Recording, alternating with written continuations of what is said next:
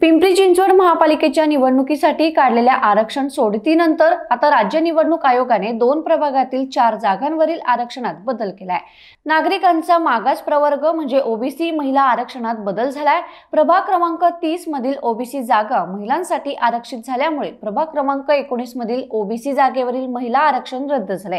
सर्वसाधारण जागेवरील प्रभाग क्रमांक 30 मधील महिला आरक्षण रद्द झालं असून प्रभाग क्रमांक 19 मधील एक सर्वसाधारण जागा महिलांसाठी आरक्षित झाली आहे।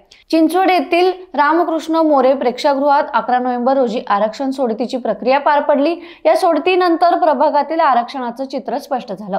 अनुसूचित जाती, अनुसूचित जमाती आणि महिला आरक्षणांमुळे अनेक प्रभागात काही माजी नगरसेवक व इच्छुकांचा पत्ता कट झाला, तर काही ठिकाणी उमेदवार बदलण्याची वेळ आली।